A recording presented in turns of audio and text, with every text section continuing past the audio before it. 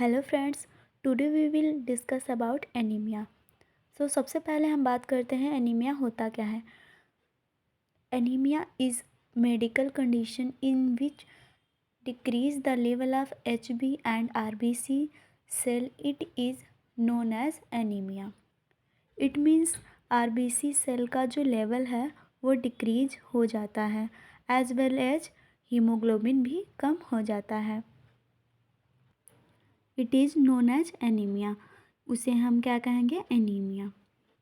Decreases the level of iron, it is called iron deficiency anaemia.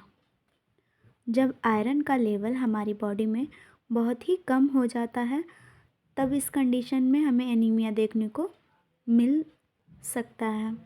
इसे iron deficiency anaemia भी कहते हैं। Next है bleeding due to heavy menstruation and heavy bleeding and accidental. It may be cause anemia. Mensuration की condition में bleeding होना, बहुत ही ज़्यादा हैवी ब्लीडिंग होना, एक्सीडेंट की वजह से सडनली कोई एक्सीडेंट हो गया है, उस कंडीशन में भी बॉडी में बहुत ब्लड लॉस हो जाता है, जिससे क्या होता है? RBCs का लेवल कम हो जाता है। यह भी एनीमिया होने का एक काज हो सकता है, मतलब यह एनीमिया होने का कारण बन सकता है। नेक्स्ट है सिम्टम्स ऑफ एनीमिया। जब किसी व्यक्ति को एनीमिया होता है तो हमें क्या क्या सिम्टम्स देखने को मिल सकते हैं? फर्स्ट है फटीग। जिस पर्सन को एनीमिया है उसे बहुत ज़्यादा थकावट महसूस हो सकती है। वीकनेस, हमें उसको कमज़ोरी देखने को मिल सकती है। पेल एंड येलो स्किन, जो स्किन का कलर है वो फीका और येलोइश दिखने लगता है। चेस्ट पेन, चेस्ट में हल्का हल्का दर्द भी महसूस होता है। डिजीनेस, चक्कर आने लगते हैं। इरेगुलर हार्ट बीट, एनीमिया के पर्सन में सांस लेने में कठिनाई भी होने लगती है और हार्ट बीट जो है अनियमित चलने लगती है। शॉर्टनेस ऑफ ब्रीथ, सांस लेने में दिक्कत आती है। डिजीनेस और लाइट हेडेडनेस और चक्कर आने लगता है। ये सब हमें सिम्टम्स देखने को मिलते हैं एनीमिया के पेशेंट में। Morphology classification of anaemia, it is classified into 3 types. Morphology के आधार पर एनीमिया को 3 पार्ट्स में डिवाइड किया गया है। फर्स्ट है नॉर्मोसाइटिक एनीमिया, सेकंड है मैक्रोसाइटिक एनीमिया, थर्ड है microcytic anaemia. Normocytic anaemia, normocytic anaemia होता क्या है? सबसे पहले हम इसके बारे में बात कर लेते हैं। Normocytic anaemia is a condition in which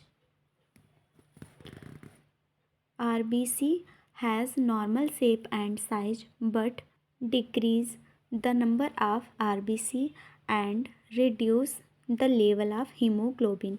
It is called normocytic anemia. Normocytic anaemia एक ऐसी कंडीशन है जिसमें RBCs के आकार और आकृति में कोई परिवर्तन नहीं होता है, बट उनकी जो संख्या है, उनकी जो RBCs का लेवल है, RBCs के नंबर में कमी बहुत ज़्यादा देखने को मिलती है। That is known as anaemia. कौन सा एनीमिया? Normocytic anaemia.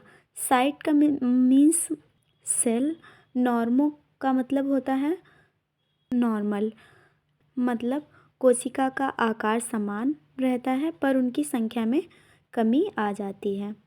इसे हम क्या कहेंगे? Normocytic anaemia. एग्जाम्पल है pregnancy, acute bleeding, chronic disease. Pregnancy की कंडीशन में एनीमिया हो जाता है किसी किसी पर्सन को। एक्यूट ब्लीडिंग यानी कि अचानक से ब्लीडिंग होने लगती है। क्रोनिक डिसीज़, अगर कोई लंबे समय से बीमारी हो रखी है तो उस कंडीशन में भी हमें एनीमिया देखने को मिलता है। नेक्स्ट है मैक्रोसाइटिक एनीमिया।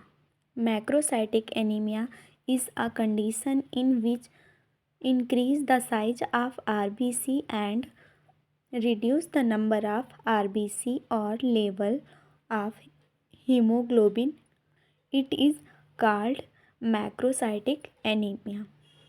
Macrocytic anemia इस कंडीशन में हमें क्या देखने को मिलेगा, आरबीसीज की साइज़ जो है वो बढ़ने लग रहा है, यानी कि आरबीसीज का जो साइज़ है वो बढ़ रहा है, नंबर्स में कमी आ जाती है और हीमोग्लोबिन भी कम होने लगता है।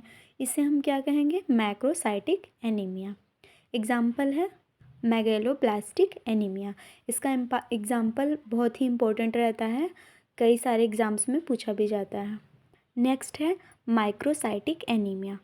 माइक्रोसाइटिक एनीमिया क्या होता है? Microcytic anaemia is a condition in which decrease the size of RBC and reduce the number of RBC or level of hemoglobin. It is called microcytic anemia. Microcytic anaemia, इस condition में RBCs का जो का size होता है वो छोटा होने लगता है और नंबर में कमी आ जाती है और हीमोग्लोबिन का लेवल भी बहुत ही कम होने लगता है। तो इस कंडीशन में इस एनीमिया को क्या कहेंगे, माइक्रोसाइटिक एनीमिया। इसका एग्जाम्पल क्या होता है, आयरन डिफिशियंसी एनीमिया। अब हम बात करते हैं इसके लेबोरेटरी टेस्ट के बारे में, मतलब इसमें एनीमिया के पेशेंट में हमें कौन कौन सी डायग्नोसिस करानी रही चाहिए। फर्स्ट है CBC, complete blood count, PBF smear, हमें पेरिफेरल ब्लड फिल्म स्मीयर कराना चाहिए, iron test, haemoglobin test, vitamin B12 test, folic acid level test, हमें ये सारे टेस्ट कराने चाहिए। अगर किसी पेशेंट को एनीमिया होता है तो उसे हमें ये सारे टेस्ट कराने चाहिए।